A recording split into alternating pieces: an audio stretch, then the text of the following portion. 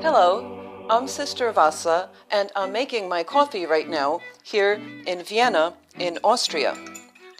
We have a very exciting episode for you today because we're going to be talking about St. John Chrysostom, a very important figure in the Byzantine tradition. He's so important, in fact, that if you don't know anything about him, you should really drop everything. That's right, drop everything and find out about him.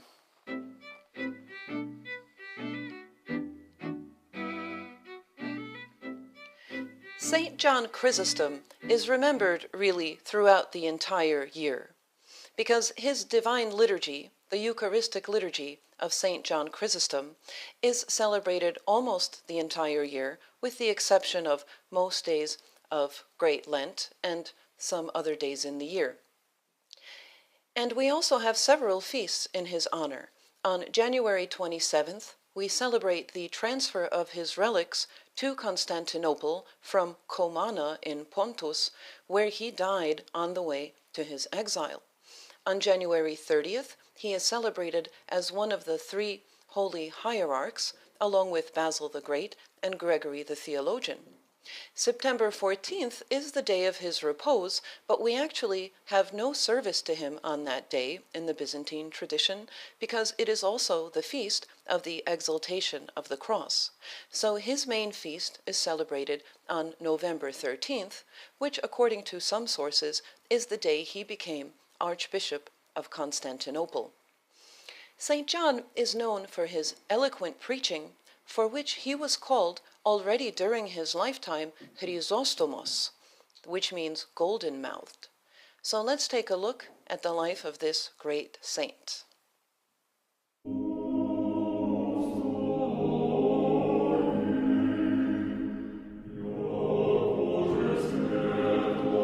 St. John was born in around the year 349 in Antioch, an ancient city on the river Orontes. It was once the capital city of Syria, but today mere ruins of this once great city lie near the modern city of Antakya in Turkey. Antioch had a very vibrant pagan population and pagan customs, as well as a large Jewish population, but it was also an important center of early Christianity, evangelized by the apostles Peter, Paul, and Barnabas, and Antioch was called the cradle of Christianity because according to the book of Acts, Antioch's converts were the first to be called Christians. John was born to wealthy parents named Anthusa and Secundus, who was a high-ranking military officer. But Secundus, John's father, died shortly after the birth of John, who was brought up by his Christian mother, Anthusa, to whom John remained very close throughout her life. John studied under the famous pagan teacher Libanius, from whom he acquired the skills of rhetoric and a love for the Greek language. At age 20, John became a catechumen, which means he was preparing for baptism. As I mentioned in several previous episodes, zillions, it was not customary yet for Christians to be baptized as infants. They did this at an adult age. John studied theology under Diodore of Tarsus at this point, and he also felt a strong desire to dedicate his life to asceticism and become a hermit, but his mother opposed this, so he promised her that he would not leave her and become a hermit during her lifetime. After 3 years as a catechumen, John was baptized and also ordained reader by the bishop of Antioch, St. Meletius. John's mother died when he was in his late 20s, so he became a monk in the mountains outside Antioch and lived as a hermit for 2 years, leading a severe ascetical life, strictly fasting, barely sleeping, and committing the Bible to memory. But he so weakened his health through ascetical practices that he was compelled to return to Antioch, where he ended up serving as a priest for 20 years. As priest, John became immensely popular and well known as a very gifted preacher. Now, although John lived during the time of Arian controversies and other theological controversies, in his sermons he did not focus on dogmatical formulations, but rather on the practical application of Scripture in everyday life. He particularly focused on the importance of charity to the poor, and he often admonished the wealthy for their neglect of the needy. In the year 397, he was appointed by the Byzantine Emperor Arcadius Archbishop of Constantinople. At this time, the church of the capital city of Constantinople was in disarray, with the clergy leading a life of luxury and much corruption. As Archbishop, John was expected to host and attend very expensive receptions, together with other powerful dignitaries of the city. However, much to the chagrin of the establishment, John did not do what was expected of him and continued his ascetical lifestyle, spending the money of his see on care for the poor. He often admonished the wealthy men and women, also of this city, for their showy piety, which made lavish donations for the expensive decoration of churches while disregarding beggars on the street. So John said to them, "What good is it if the Eucharistic table is overloaded with golden chalices when your brother is dying of hunger? Start by satisfying his hunger, and then with what is left you may adorn the altar as well." Thus, Chrysostom became very unpopular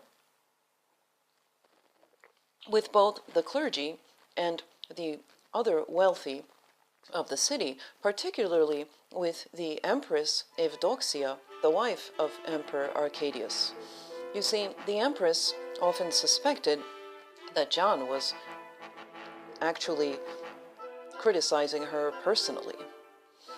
I must cut the story short, as usual, and I will only say that despite John's popularity with the simple folk, his powerful enemies prevailed and had him exiled.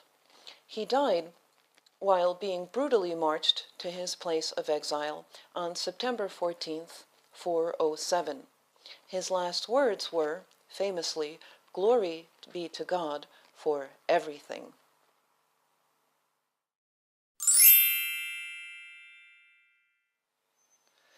There is a lot more to be said about St. John Chrysostom, but I will only note the following.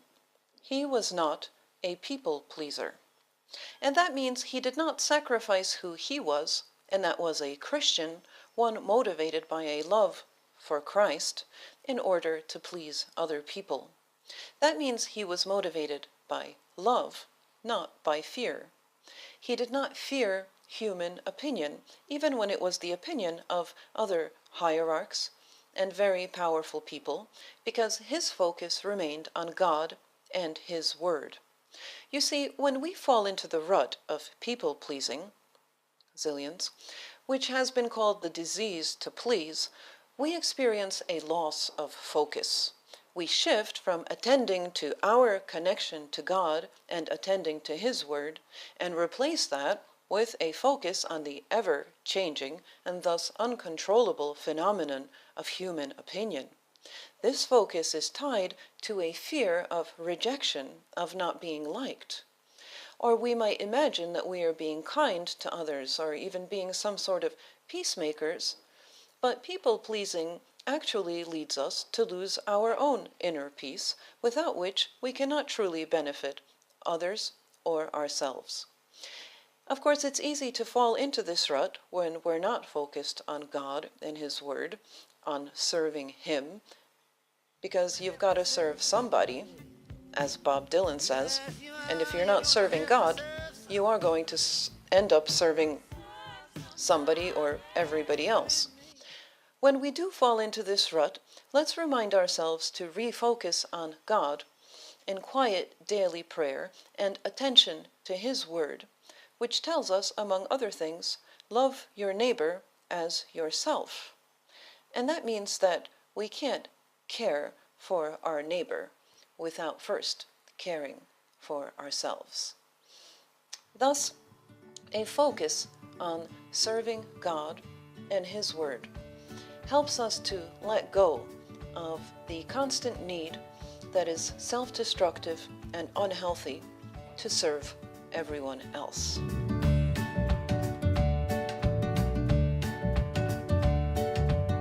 That's it for today, ladies and gentlemen. Before we go, please take a minute and subscribe to this channel on YouTube. It's under the video. If you're not watching this on YouTube, you have to click on YouTube in the bottom of the video and then click on subscribe. Okay, please do that for us. Thank you very much. Well, that's it for today. St. John Chrysostom.